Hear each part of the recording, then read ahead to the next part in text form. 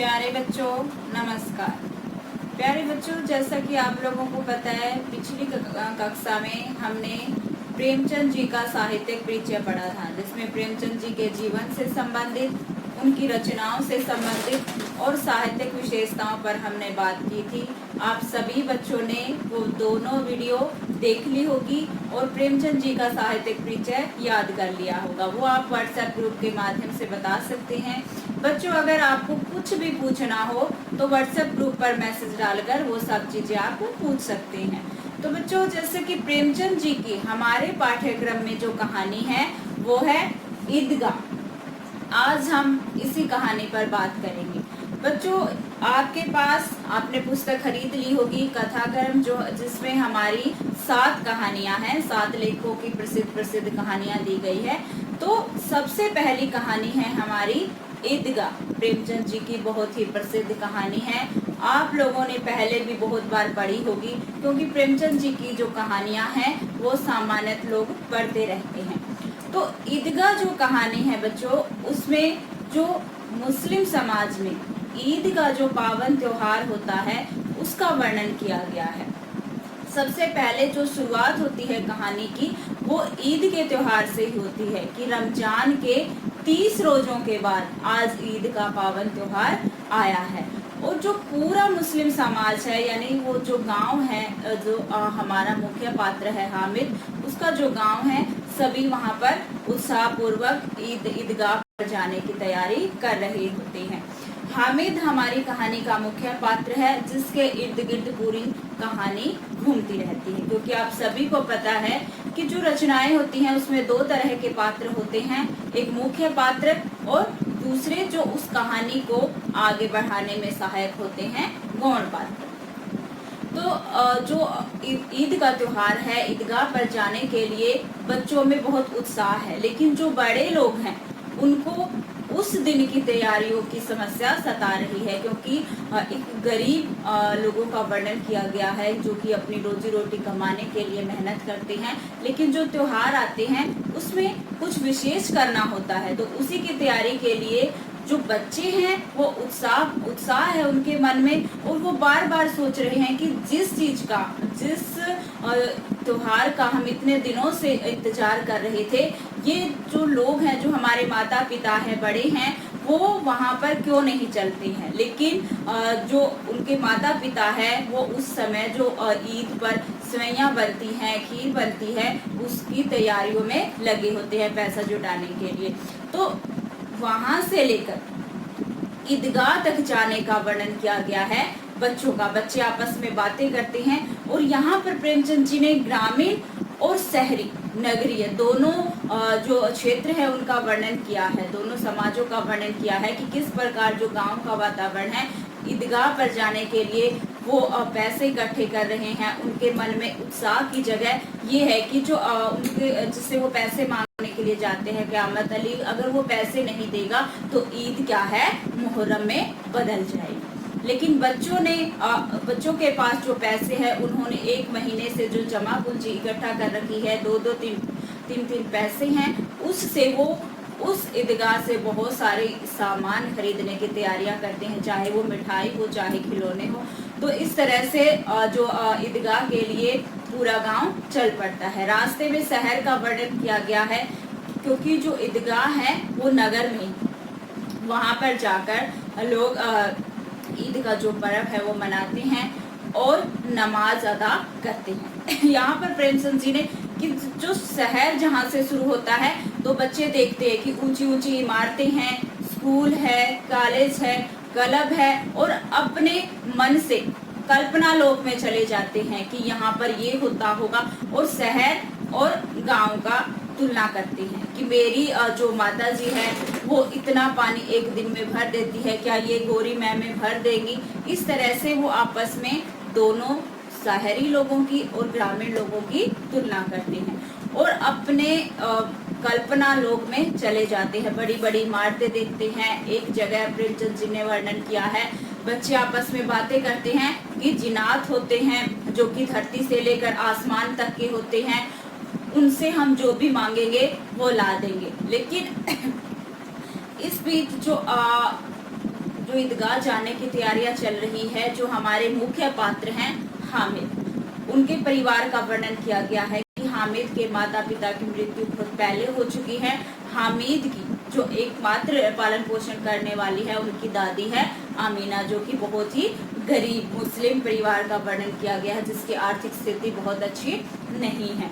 वो लोगों के कपड़े सीकर दूसरों के घर में काम करके हामिद का पालन पोषण करती हैं।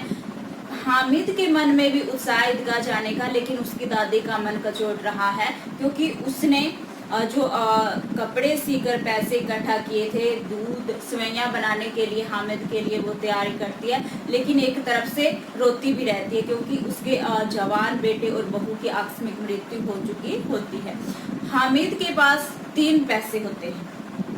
छोटे जो प्रश्न है वो पूछे जाएंगे। तो बच्चे जो प्रश्न आएंगे वो आप अगर कहानी को 2 बार अच्छे से याद कर लेंगे तो प्रेमचंद जी की जो कहानी है ईदगाह, उससे चाहे आपसे कोई भी प्रश्न पूछा जाए उसका आप फटाक से उत्तर दे देंगे। तो हामिद 3 पैसे लेकर अपनी उम्र के जो उसके मित्र हैं, जो सखा हैं, उनके साथ चल पड़ता है। मोहम्मद, नूरे, समी, मोहसिन, उन सबके साथ जाता है और आपस में सारे बच्चे बातें करते रहते हैं। उसके बाद बच्चों जो दूसरा दृश्य हम देखते हैं उसमें बच्चे वहाँ पर जो मुस्लिम समाज की नमाज अदा करने का जो वर्णन किया है प्रेमचंद जी ने, वो बहुत ही अच्छा है कि कितनी व्यवस्था है। लाखों जो सर हैं वो सजदे में एक साथ झुकते हैं और फिर एक साथ ऊपर उठ जाते हैं। यानी मुस्लिम समाज में जो नमाज अदा की है उसका वर्णन भी प्रेमचंद जी ने बहुत अच्छे तरीके से किया है। उसके बाद बच्चों के मन में तो सिर्फ एक ही चीजें थी, खिलौने खरीदने हैं। जो वहाँ पर मेले में झूले लगे हुए हैं उन पर झूलना है, मिठाइयाँ खरीदनी है, तो बच्चे उन दुकानों की तरफ आकर्षित होते हैं। मेले में जो साज सज्जा है, जो दुकानें हैं, उनका वर्णन भी प्रेमचंद जी ने बहुत ही अच्छे तरीके से किया है। तो बच्चे मोहसिन, समी, नूरी, मोहम्मद सभी क्या है मिठाइयों की दुकानों पर चले जाते हैं, लेकिन हमारे जो प्रमुख पात्र हैं हामिद के पास सिर्फ 3 ही पैसे होते हैं। वो उनसे मिठाई खरीदे, झूला झूले या खिलौने ले। तो जो हामिद है उसका जो चरित्र चित्रण किया गया है वो बड़ा ही समझदार बालक दिखाया गया है।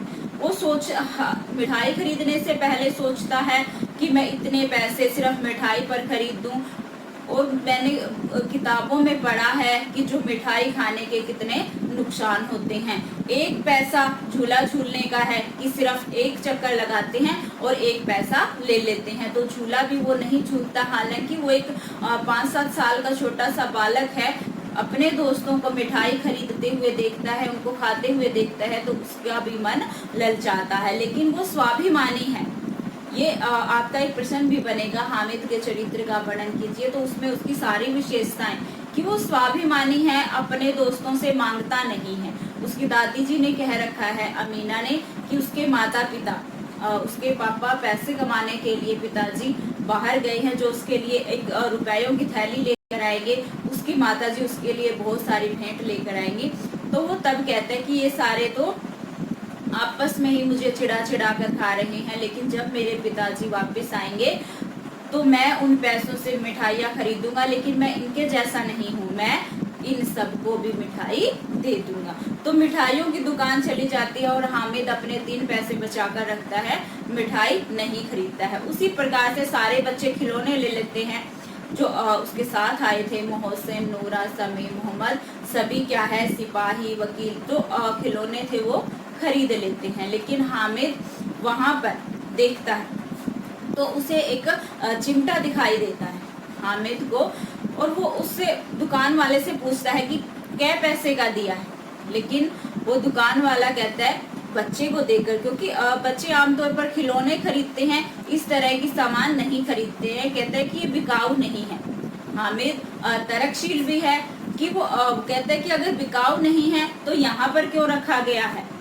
तो दुकान वाला कहता है कि 6 पैसे का है।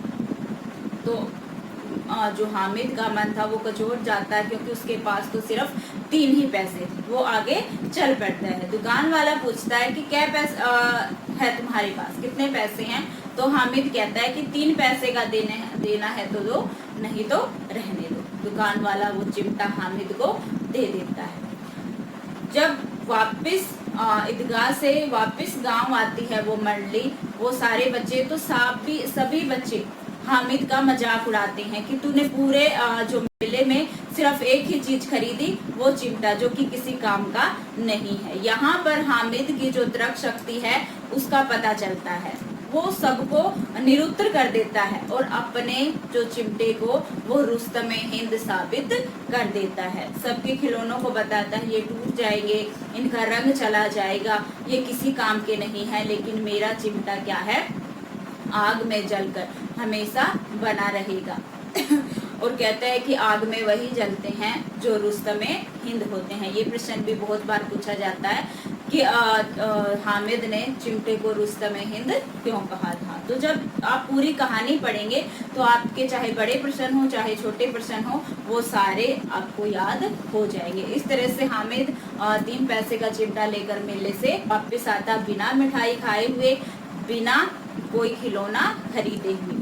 वापस आने के बाद जो सारे बच्चे होते हैं उनके खिलौने, क्योंकि वो मिट्टी के बने हुए थे, टूट जाते हैं। और हामिद जब अपना चिमटा लेकर अपनी दादी के पास जाता है तो एक बार तो अमीना को गुस्सा आता है कि ये कैसा बालक है, पूरे मेले में मिठाइयों की दुकान होगी, खिलौनों की दुकान होगी, क्या इस बच्चे का मन नहीं ललचाया होगा जो मेरे लिए ये एक चिमटा लेकर आ गया है। लेकिन जब हामिद कहता है कि दादी, वहाँ पर जब आप खाना बनाते हो तो आपकी उंगलियां जल जाती हैं, इसलिए मैं आपके लिए ये चिमटा लेकर आया हूँ, तो हामिद की दादी का मन पसीज जाता है और वो हामिद को गले लगा लेती है। और पूरे गांव में हामिद की ही चर्चा होती है, क्योंकि एक छोटा सा बालक वहाँ पर मिठाई और खिलौने देखकर भी उसका जो संयम है वो बना रहा, और वहाँ पर भी उसे उसकी जो बूढ़ी दादी की याद आई कि जब दादी खाना बनाती है तो उसके हाथ जल जाते हैं। इस तरह से बच्चों मुख्य ऐसी चीजें मैंने इस कहानी के बारे में आपको बताई।